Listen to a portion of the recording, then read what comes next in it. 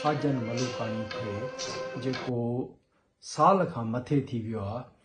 उहो डिसपियर हुयो, उन लाइ एहतजाज पिया थियनि ऐं अॼु जेको आहे सो पंजाब में पुलिस जेको आहे सो रहीम यार ख़ान में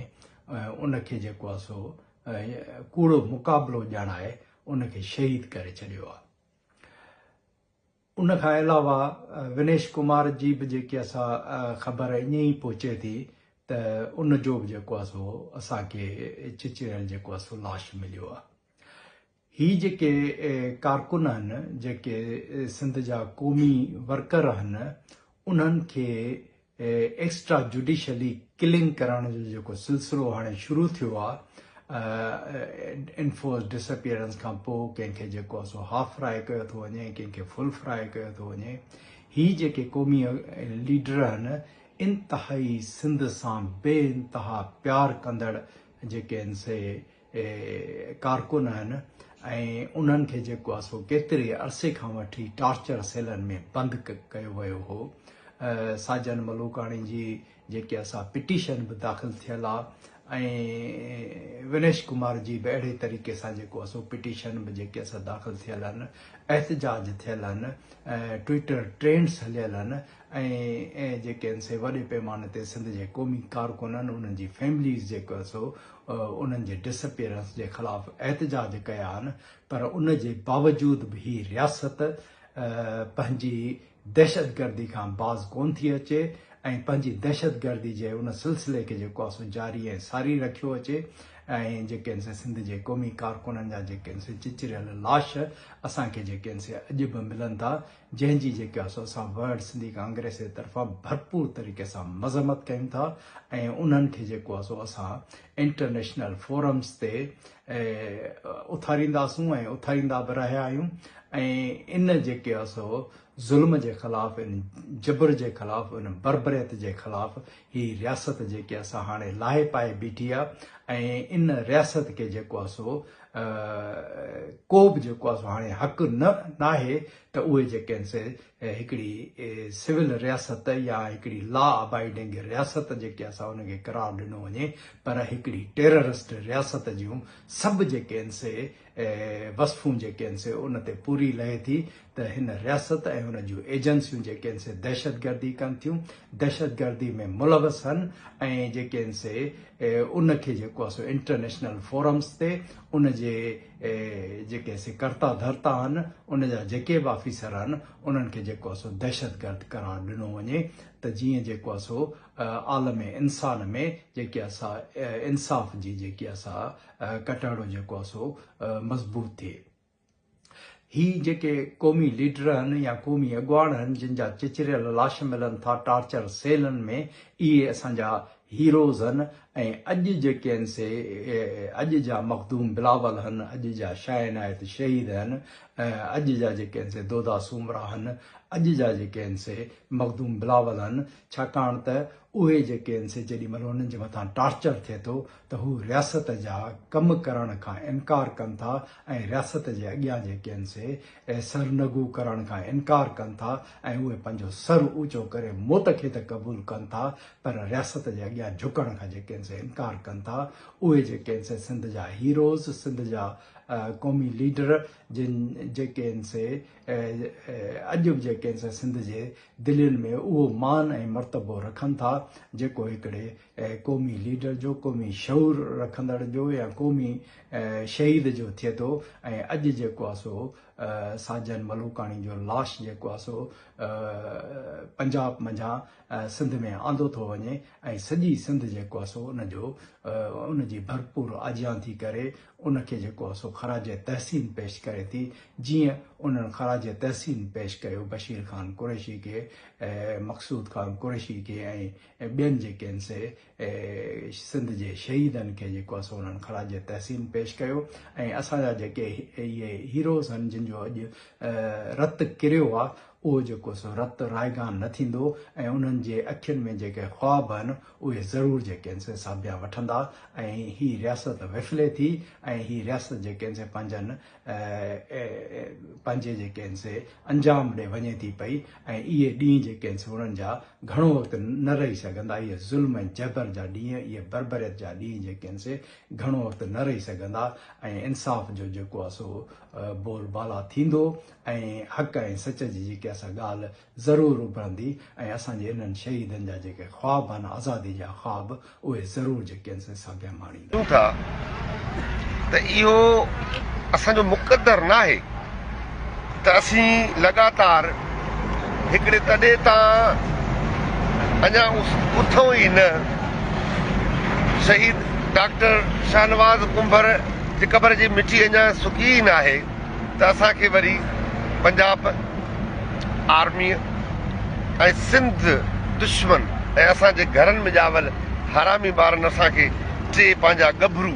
ॿिया पंजाब मां कुही असांजे मोकिलिया आहिनि। शहीद साजन मलूकाणी, शहीद सरमद भयो, शहीद विनेश कुमार ऐं इहे आख़िरी बि न आहिनि। सुभाणे सुबुह जो कंहिंजो वारो हूंदो, सुभाणे मंझंदि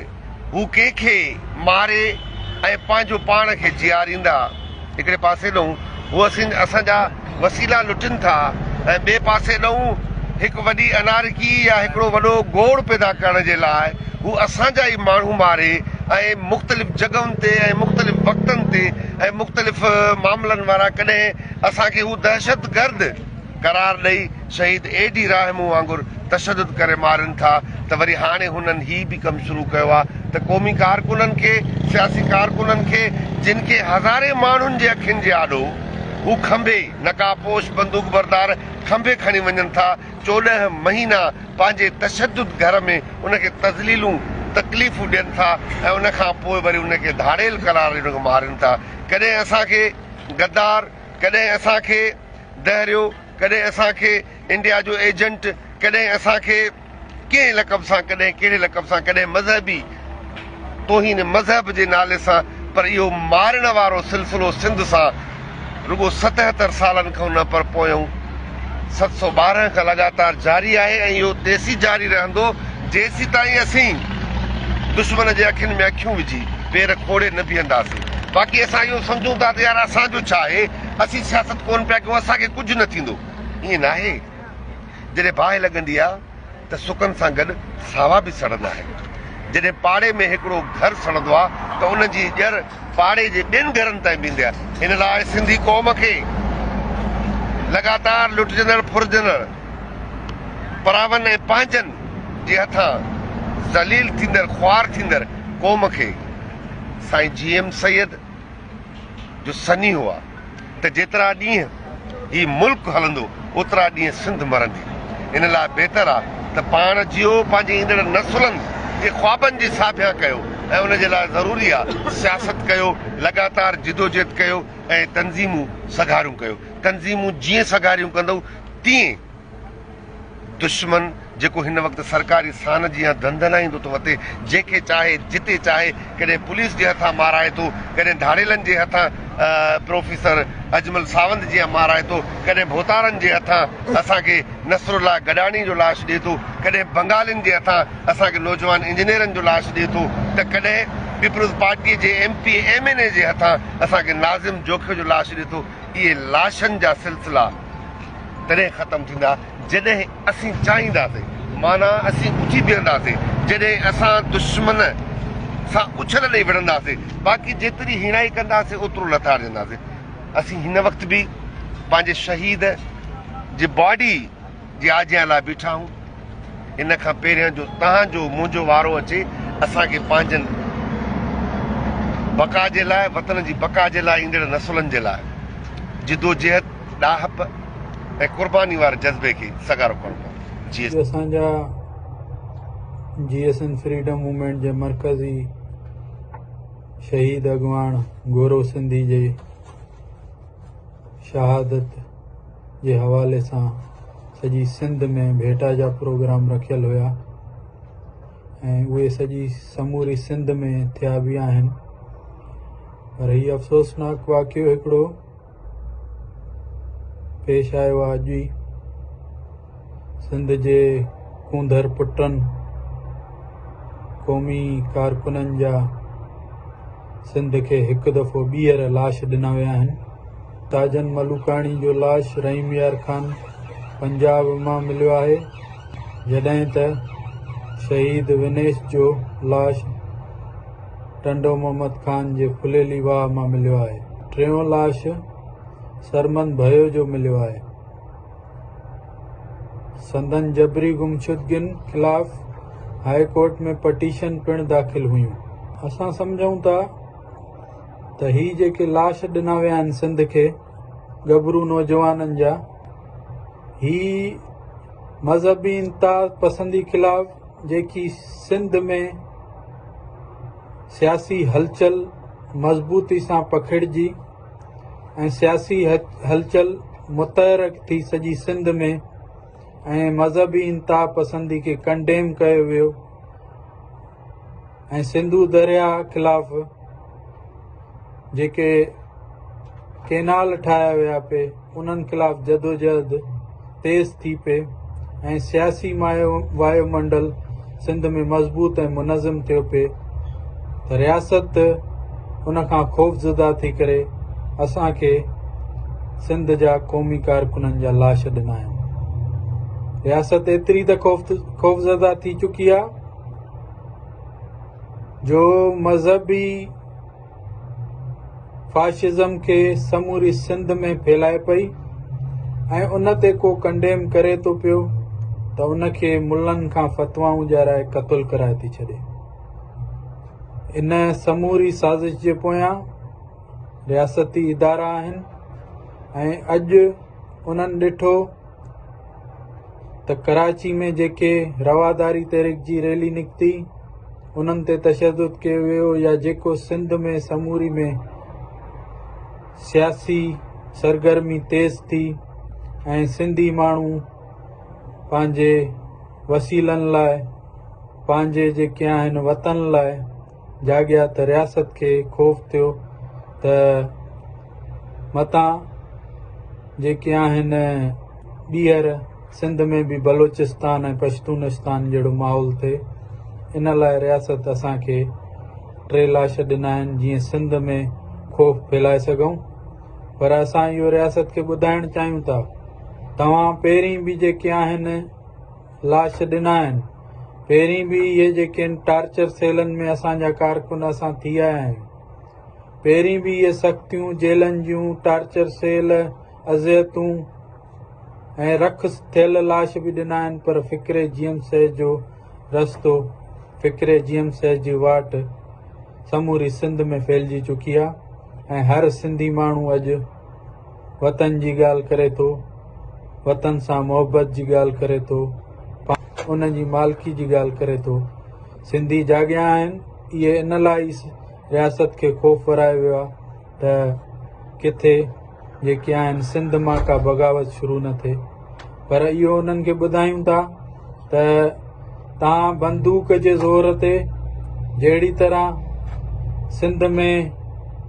ख़ौफ़ फैलाइणु चाहियो था, सिंध खे ग़ुलाम बणाइणु चाहियो था, त इहो कतई न थींदो। तव्हांजे हथनि मां बलूचिस्तान बि निकिरी वियो आहे, तव्हांजे हथनि मां पश्तूनिस्तान बि निकिरी वियो आहे। कल्ह तव्हां हिन बंदूक जे ज़ोर ते बंगालियुनि खे चिथियो ऐं उन जो नतीजो इहो निकितो त उन्हनि जो बांग्लादेश ठहियो। हिकु साजन जो ऐं ॿियो विनेश जो। साजन जो जेको 1 सेप्टेम्बर 2023 ते कासमाबाद मां सरेआम खंबियो वियो ऐं उनखे कुझु वीगो ऐं ॿियनि गाॾियुनि खंबियो, जंहिंजा विटनेस बि आहिनि। ऐं अहिड़ी पिटीशन हाई कोर्ट में वकील जे थ्रू दाख़िल हुई ऐं 1 साल 1.5 महीने खां पोइ अॼु उनखे मुक़ाबले में कल्ह शहीद करे मुक़ाबिलो ॾेखारियो वियो त वॾो मुक़ाबिलो कयो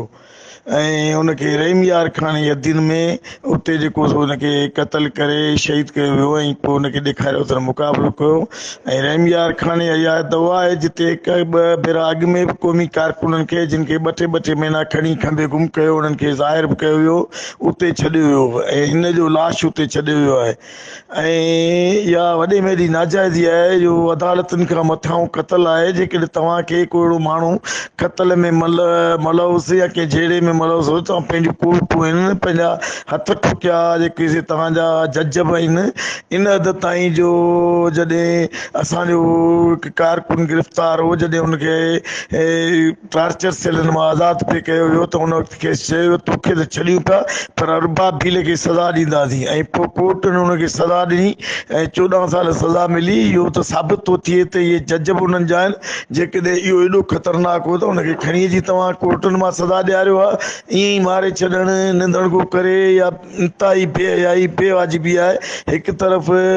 मुलाज़िम खे मज़हबी इंतिहा पसंदि हथ ॾेई सिंधी खे इन पसंदि खे इन तरफ़ धिकियो पियो, ॿिए तरफ़ क़ौमी कारकुननि खे ईअं शहीद करे रस्ते ते छॾणु वञणु इहो इंतिहाई नाजाइज़ी आहे। ॿिए तरफ़ कल्ह टंडो मोहम्मद ख़ान मां टियों ॾींहुं फुलेली मां विनेश जो लाश निकितो आहे, जंहिंजी पिण पिटीशन दाख़िल थियल हुई। उनखे बि काफ़ी वक़्तु थियो खंबे गुम कयो वियो, पर हुनजो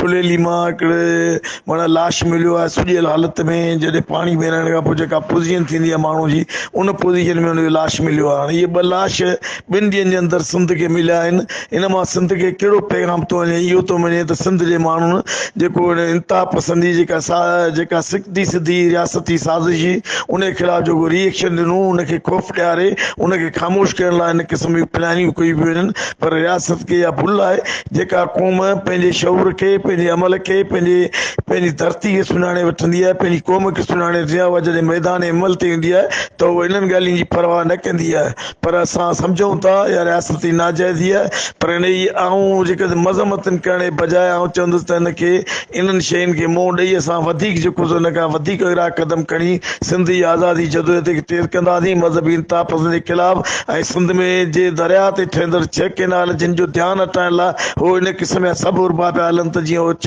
6 कैनाल ठाहे सिंध खे बड़बांग करे छॾीनि, सिंधू दरिया खे सुकाए छॾीनि। पर हे लाश ॾेई हू असांखे हिरासा नथा करे सघनि। असां पंहिंजी जदोजहद में अॻु खां अॻु रहंदासीं ऐं शहीदनि जी जेको सिलसिलो उन्हनि कुझु वक़्तु बंदि करे वरी शुरू कयो आहे, इहो नथो रुकिजी सघे हिननि खां। हो चाहिनि पिया त शायदि हिन सां ख़ामोशी ईंदी, पर इहा उन्हनि जी बिल आहे। इहा ख़ामोशी न ईंदी बल्कि इहा जदोजहद जारी रहंदी ऐं सिंध जी जदोजहद आज़ादी जदोजहद अॻु खां अॻिरी रहंदी। ऐं असां सम्झूं था इहे इंतिहाई रियासती नाजाइज़ी रियासती दहशतगर्दी आहे जेके कंहिं बि सूरत में असां क़बूल न कंदासीं। ऐं शहीदनि जो जेको खून आहे उनजो हिसाब सिंधू देशी आज़ादी में असां